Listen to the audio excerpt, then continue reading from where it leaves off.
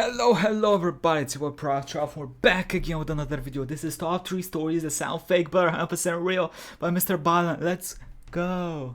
That's how a 28-year-old Russian man named Artyom Sidorkin started having severe chest pains. And at first, he tried to ignore it, but it got so bad he could barely stand up, and then he began coughing up blood, and so finally he went to the emergency room. When he got there, even before the doctors examined him or gave him an x-ray, just based on the way he presented to them, being pale in the face and hunched over and very sick-looking, they assumed this must be something very serious. So that day, they brought Mr. Sidorkin in for an examination, and after talking to him and hearing about all of his symptoms and just looking at him, the assumption was he probably has a tumor in his lungs. And so they sent him in for an x-ray, and afterwards the radiologist looked at the x-ray and confirmed that, yep, there is a mass growing inside of your lungs.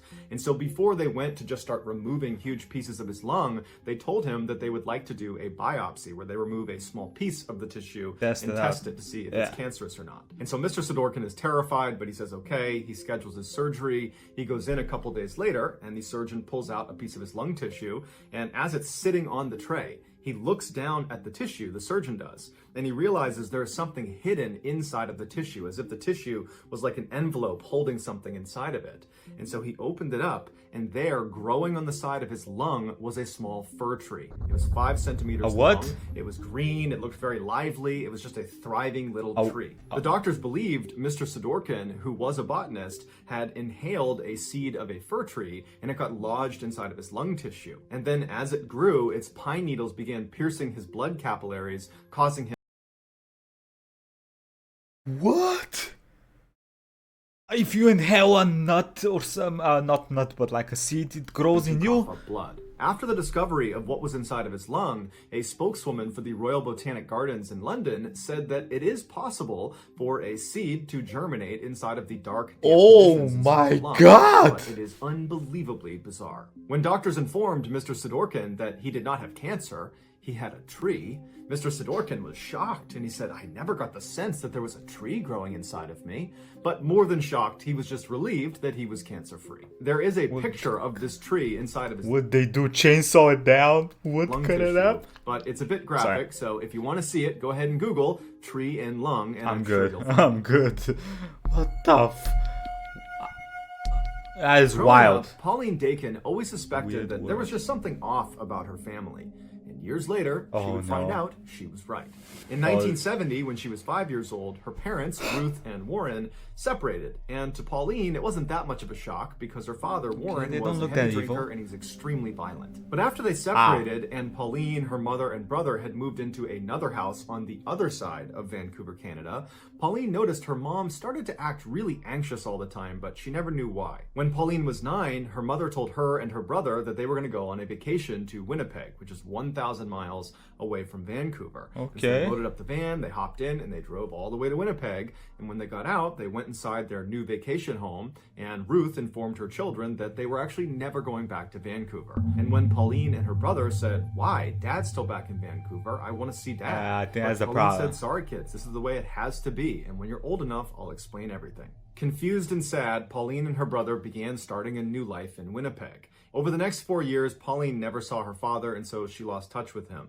But she started making a couple close friends in Winnipeg, and she was starting to feel like this was home. But right as she was starting to feel normal, her mother told her and her brother that they needed to move right now all over again. This time they were going to go all the way to New Brunswick, the far east side of Canada. Their mother made them swear they would tell no one about this move. That's a cute dog. But later that day, when Pauline was with her best friend Wendy, she let it slip that she was moving, and so when Ruth came to pick Pauline up from Wendy's house, the two girls had to affect these sort of breezy goodbyes to each other so that Pauline's mother wouldn't suspect anything. Once in New Brunswick, the family did put down roots and they stayed there for many years, but Pauline's mother still was just incredibly anxious and paranoid about something. The kids just had no idea. Paranoid for years? Fast forward to 1988, when Pauline was 23 years old. She had moved 2 hours away from the family home in New Brunswick and was living with her boyfriend and was working as a reporter at a local newspaper. And during that time, her mother called her and said, hey, I'd like to meet you at a motel. I'm finally ready to tell you everything about your childhood. Pauline was God. really intrigued and excited. This was a conversation that was literally decades in the motel. making. And so Pauline eagerly went to the motel. She saw her mother waiting outside, kind of pacing around, looking very anxious.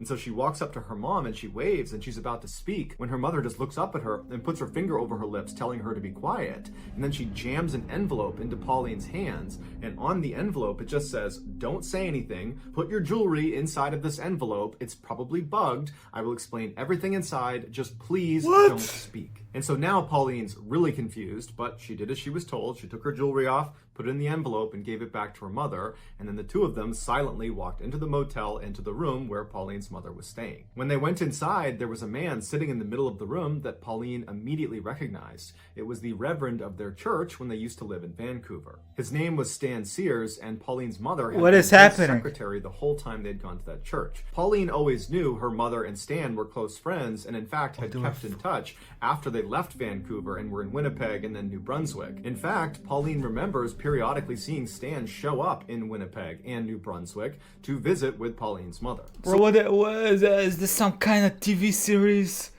plot? Well, it was a surprise, but not a total shock when Pauline's mother confessed to her that in fact she and Stan had fallen in love. And in fact, they had had a secret relationship. She's getting the holy cock in Vancouver. Yeah. But this revelation was nothing compared to what Pauline heard next. Her mother explained that the reason they had had to move so many times during her childhood was because Pauline's father, Warren, was actually a mobster and was a key member of an organized crime syndicate in Vancouver. Right after they separated, Pauline's mother found that she had a hit put on her head because the mob now believed that the husband could not control her anymore and she knew too much. Stan also found out that he had a hit on his head because Ruth discovered that the mob wanted to kill him too because they knew about their relationship. And then also, apparently Stan was counseling a man that was in his congregation that wound up being a mobster, and so the mob believed this man had given up critical information to Stan, making him even more of a liability. At first, Stan said he didn't believe any of this, but when he found out the man he had been counseling had been assassinated,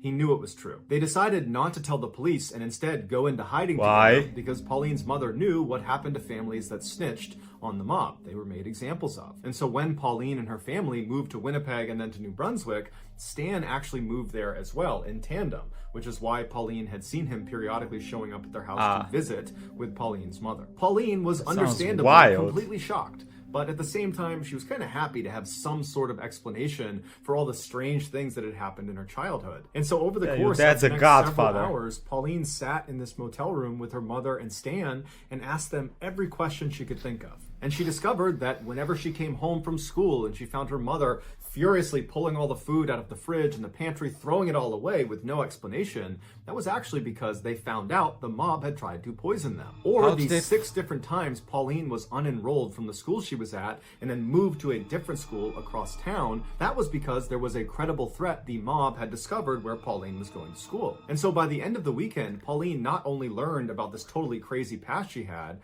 but she also learned that she was still in danger. And so before Pauline headed back home, I'm in danger. She asked her mother and Stan what she should do to stay safe. And Pauline's mother said, well, that's actually the reason we called you here now, because after all these years, we were just tired of being in hiding, and so we've already spoken to the authorities, and they've moved us into a... Hey, you motherfuckers! You mean, bro, this is what pissed me off.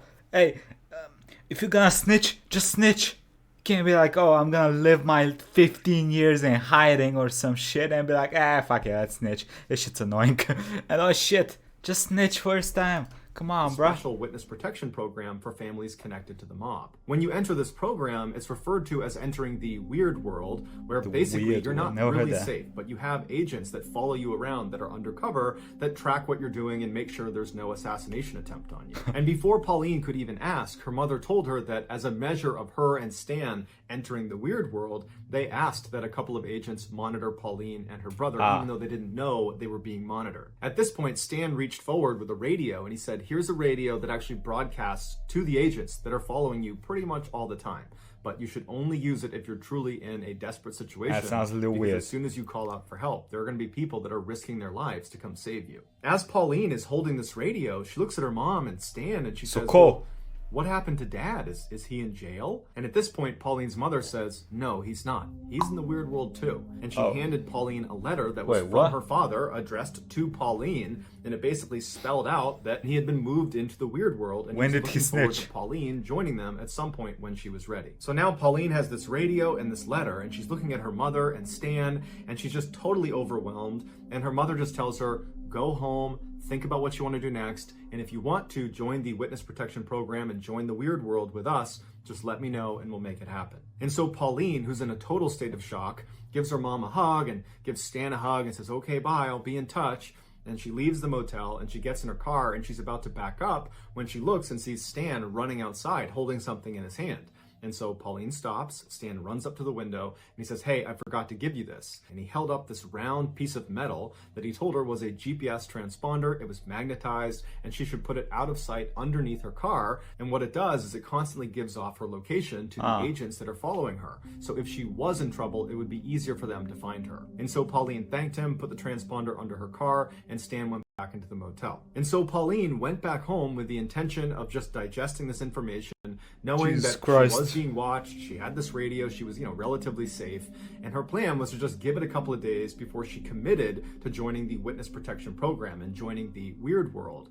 But after only a couple of days, her paranoia was so high that she dumped her boyfriend, she quit her job, and she moved out of her house into a separate apartment, and she called her mother and said, I can't take it anymore, I feel totally unsafe, I want to join the weird world. Her mother and Stan were delighted at her decision, but they told her it wasn't a simple process getting into the weird world, that a lot of people were involved. Why it sounds so weird? It sounds like she's joining a sex cult or something. The weird world. Up her old life yeah, we're rare. And so Pauline's mother told her that she would be in touch with one of her agents, and they would contact Pauline when it was time for her to go. And so, anxious and scared, Pauline began to wait, and wait, and wait. And her mother said, oh, just give it some time, they'll be in touch soon. But the waiting dragged on for 5 years. And in that time, Pauline met a new boyfriend, Kevin, who became her husband. And in conversations with him, Pauline started to doubt this whole mafia thing was even true. And so she decided, in order to find out if this really was a real thing, that the mafia was actually after them, that Pauline would need to set up a sting operation on her mother and Stan. And so Pauline called her mother and very convincingly told her that, oh my goodness, someone just broke into my apartment. I think it was someone from the mafia. I don't know what happened, but can you tell me what to do? Should I call the police? What do I do? And her mother said, no, don't call the police. Whatever you do, don't call the police. I'm going to get in touch with Stan and see if... Oh, that's weird. That's weird. That's weird. That's very weird. Just a couple of minutes later, Pauline's mother called back and said, okay, honey, I spoke to Stan, and he spoke to the undercover agents that sit outside your house and have been watching you for all these years. And they said that, yes, unfortunately, not one, but 2 men from the mafia broke into your house today. But luckily, they went up, they grabbed them, they're in custody, so you're safe now. And Pauline said, Mom, I made that up. No one's been in my apartment. I've been here the whole day. Why'd you tell her? Woman, why'd you tell her? Oh, this is some weird shit. What the fuck is going on? I lied to you. No one broke in. What is going on? It was at this point that Pauline realized her mother and Stan had been living a lie since she was 5 years old. There was no mafia. Her father was not a mobster in some Vancouver crime syndicate. It was all made up. It would turn out Stan was suffering from something called delusion syndrome, where totally normal people that are totally lucid and have normal lives have one distinct delusion. And sometimes that you can't explain that. He's a holy person, right? Delusion is not a big deal. But sometimes it is, like they believe the mafia is after them. And during his relationship with Pauline's mother, he passed on his delusion to her through something called folie à deux, which translates to madness for two, which is shared. What? So it's like an STD, he fucked her and she became loco as well? Delusion syndrome, where someone who's delusional, who's a dominant personality, can pass that on to a subordinate person. That's probably not the only way After she dominated confronting her mother and then also confronting Stan at a later date, neither of them said, this is a lie, you're right, you caught us, because they believed it. Bro, I would have throat punched both of them, what the hell? That the mafia was after them. Their biggest concern after Pauline said this isn't true was not that they had been exposed as potential frauds. It was that, oh no, Pauline's going to expose herself to the mafia because she's not using her GPS transponder or her radio or living in the weird world with us. She's going to get assassinated by the mafia. And so even though Pauline never got an apology from her mother or got to really talk about the insanity of this whole situation, because again, her mother and Stan took to the graves the belief that the mafia was in fact after them, Pauline ultimately made peace with the situation by writing a best-selling memoir called Run, Hide, Repeat. It is linked in the description below. Check it out. Damn, that was one. Yo, that had so many like little things. What the fuck? In November, it was sounding a little fake most of the time, cause like if people are trying to kill you, like you and some priest are not gonna run away for 15 years. Chance you're probably gonna die or you're gonna call the police and do shit. 2004, 52-year-old Peter Porco and his wife, 54-year-old Joan Porco, were like so many other middle-aged, middle-class Americans. Not making a they fat lived joke. in Del Mar, New York, in a comfortable 2-story home, and they worked for a living. Peter was an appellate court clerk, and Joan was a speech pathologist. They had been married for over 30 years, and they had 2 sons. Christopher was a 21-year-old student at the University of Rochester, and his brother, Jonathan, was a 23-year-old naval officer stationed at a submarine base in Groton, Connecticut. On Monday, November 15th, 2004, Peter woke up to start his typical Monday morning work routine. He got up, he got out of bed, he went into the bathroom, he relieved himself, he looked in the mirror, he shaved, he got dressed in his work clothes, he went downstairs, he put on a pot of coffee. While the coffee was brewing, he unloaded the dishwasher and then put the dirty dishes into the dishwasher and started it. He wanted to get his newspaper, so he went outside, he got his newspaper, but he realized he locked himself out of the front door, so he got the spare key out from underneath the mat, opened the front door, went inside, he sat down, had some coffee, read the newspaper. After a few minutes, he put his coffee cup in the sink, he packed himself a lunch in his lunchbox, and then he headed for the door to head for work. Peter was known as a very reliable employee who was also very punctual and rarely missed work. So when he didn't... Can we be honest? That sounds like an amazing morning ritual. My morning ritual before work usually was sleep as late as I can, get up, dress, go to work. Okay, brush my teeth and face probably, but... Get to work that Monday morning. The court was a little bit confused. They called him to see if he was okay. He didn't pick up, so they dispatched a court officer to go make sure he was okay. And so the officer arrives at his house. He sees cars in the driveway. The front door's shut. He goes up. He knocks on the door. Shit. Nobody answers. He tries the handle of the front door. He realizes it's open, so he opens the door and he yells out, "Hey, I'm just looking for Peter." And the door hits something on the ground. Pokes his head inside and looks down, and there on the ground, the thing blocking the door, is Peter Porco's body. He's clearly deceased. He clearly has a massive head wound. The court officer steps outside immediately, calls 911. Local police show up, they go inside, and sure enough, Peter is dead. They go upstairs and they find his wife, Joan, in bed, also with a massive head wound, but she was still alive. Joan was rushed to a hospital where she underwent emergency surgery and then was put into a medically induced coma. Meanwhile, the police began their investigation into who could have done this. They quickly discovered that the home's alarm system had been smashed and a phone line, because there still was landlines at the time, had been cut from the outside, and a screen and... Wait a goddamn second. What kind of home security system, when it gets smashed, doesn't send a home security signal or something? Isn't that the whole point of that system? To alert people when you're about to get smashed? He got smashed, he didn't alert nobody. Slashed that looked like the way someone climbed into the house. However, nothing appeared to have been stolen because police almost immediately found Peter's wallet with money inside of it still sitting in the house, as well as very expensive jewelry that belonged to Joan still sitting in the house. As they continued to search the house, they discovered a fireman's axe that belonged to the Porcos hidden inside of one of the bedroom closets, and it was very clear this was the murder weapon. The Porco sons had been away during this attack. John was on his submarine in Connecticut, and Chris was at the University of Rochester. And in fact, Chris found out about the attack on his parents when he saw a news report. Because this story of this innocent, typical-seeming American couple in a quiet suburb getting struck down by some axe-wielding maniac had gone totally viral, and it was all over the news. And so Chris called the police to get more information about his parents' death. Imagine? Here's the recording. You imagine finding out this way that your parents are... Hi, my name is Chris Porco. I was just called by the Times Union saying that my parents were found dead this afternoon. I was wondering if you had any information for me. Hey Chris, whereabouts are you? I'm at school in Rochester, New York. Okay, you're in Rochester? Yes. Okay, and you're hearing from the Times Union? Yeah, they said my parents were found I guess I don't know. They didn't say how or anything. So you will be here probably. You're going to go right to Albany Med? I don't know. I don't even know where my mom is, but. Yeah, she is at Albany Med. Okay. Do you know her condition? No, because I haven't talked to her. Let me give you my pager number. As you can tell, Chris is extremely emotional. He's beside himself. He can barely speak. He's so upset about what's happened to his parents. No, actually, he sounds as calm. Yeah, he sounds as if very ordered calm. pizza, What the because hell? Chris Porco was actually a psychopath, and he was the one who attacked his parents with the axe. As it turns out, Chris was failing at school. I was kind of hoping it would not go that way, but since someone went in, whooped them both across the head with something heavy, and left without taking anything, it was probably personal, right? So it's probably someone they know.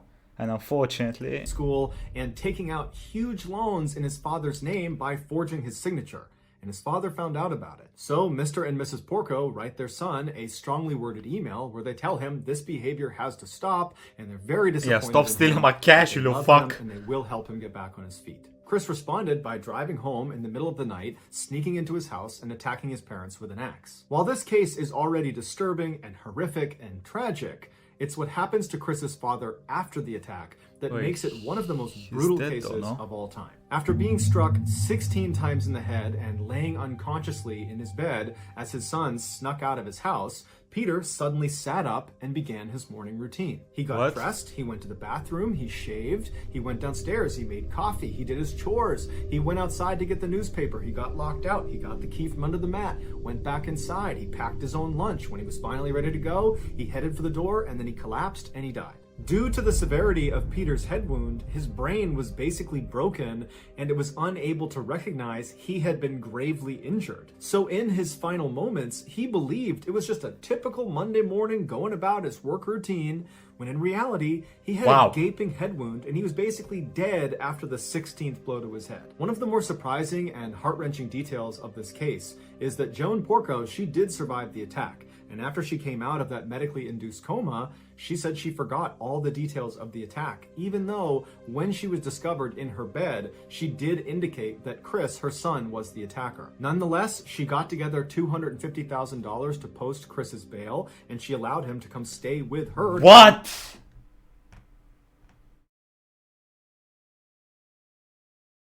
What?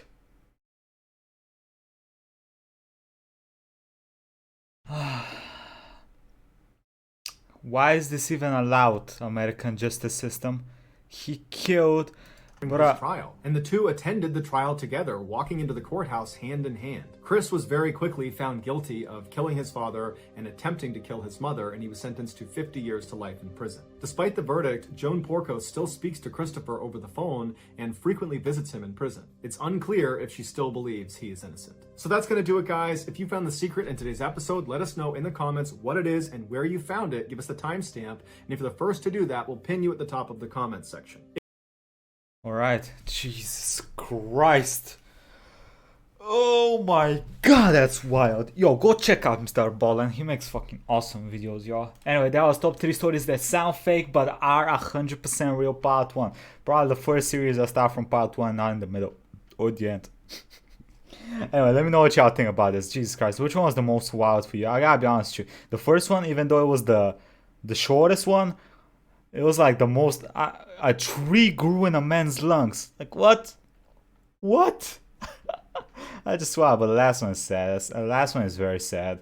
God damn it, it's very sad. Anyway, quick thank you to YouTube members and Patreons. Thank you all for the support. Hope y'all enjoyed this video, and I'll catch you all next time. Like, comment, subscribe, hit the bell icon, and most importantly, have a nice day, everybody.